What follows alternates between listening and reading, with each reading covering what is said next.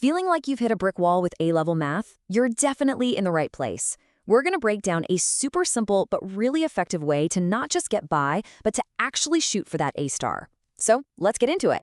I mean, this quote just hits the nail on the head, right? It's like a universal experience, a rite of passage for every math student. That moment in year 12 where you just realize, oh, this is a completely different ballgame. Seriously, you are not alone in this. And this right here, this is the frustrating reality for so many people. You could have been that person who breezed through GCSE, got a 9 without even trying too hard. And now you're actually putting in the hours, and your first tests are coming back with like a C or a D. It feels awful, I get it. But the good news is it is absolutely fixable. Okay, so here's our plan. This is the roadmap to get you from that uh-oh moment to feeling confident. We'll look at the jump in difficulty, talk about a totally new way to think, and then I'll walk you through a two-phase study plan, and finally, the tools you'll need to make it all happen. All right, let's kick things off with part 1, the A-level math jump. Look, before we can solve this thing, we gotta understand what we're up against. Why does it feel like such a massive leap from GCE? And here's the spoiler, it's not you, it's the subject. And just to put this into perspective, check this out. 11%. Math is the most popular A-level. The most. So that feeling of being totally overwhelmed, you're sharing that with literally tens of thousands of other students. It's a super common hurdle, not some sign that you can't do it. Okay, this brings us to a really, really important point. This is the game changer. The reason you might be struggling probably isn't because you're not trying hard enough. It's because the way you studied for GCSE, well, it just doesn't work anymore. It's actually holding you back. We need a whole new mindset. And here it is. This is the core idea. Think about other STEM subjects, right? Like physics or biology. There's a lot of memorizing facts and formulas, and then some problem solving. But A-level math, it's different. It is almost 100% a problem-solving skill. It's like learning to play an instrument, not memorizing a history book. You can't just memorize your way to the top grade. So that leads me to this next bit of advice, and it's going to sound completely backward at first. You ready? Ditch your beautiful color-coded notes and your stacks of flashcards. I'm serious. For math, it's one of the worst ways to spend your time, because all you're doing is practicing your memory, not the actual skill of solving problems. Okay, there is one little exception. I'll give you that, the statistics part of the course. For that, yeah, you do have to just memorize some definitions, stuff like what quota sampling is. So for that one tiny part, sure, flashcards can be a friend, but only for that. All right, so if we're throwing out the old methods, what do we do instead? Well, this is where we get into the actual strategy. Welcome to phase 1, topic mastery. The goal here is simple.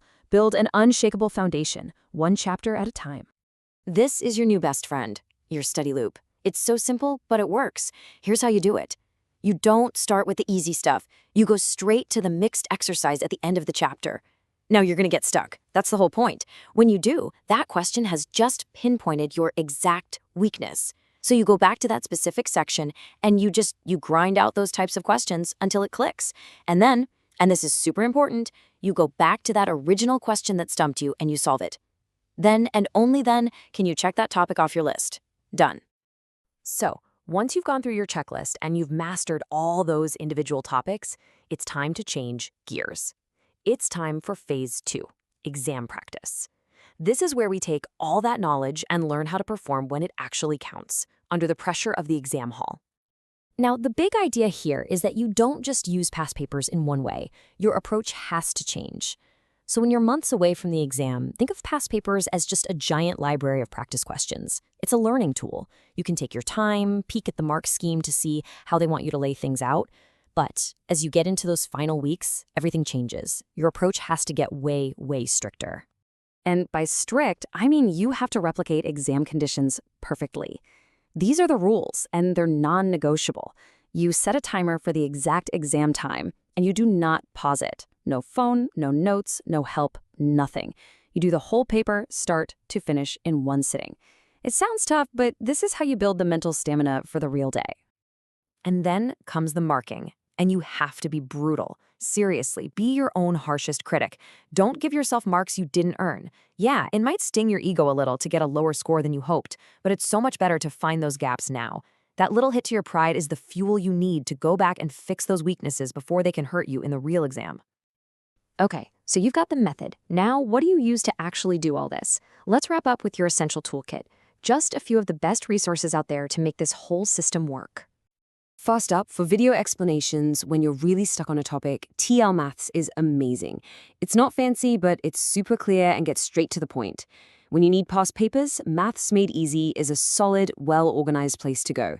And for that grinding part of the loop, for just tons of questions on one specific topic, Physics and Maths Tutor, or PMT, has a massive bank of them.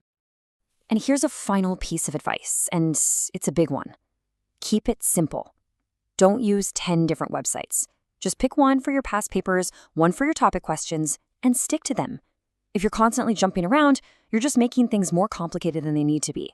Focus is key. Because at the end of the day, that's what this is all about. It's about doing math problems, not just reading about how to do them.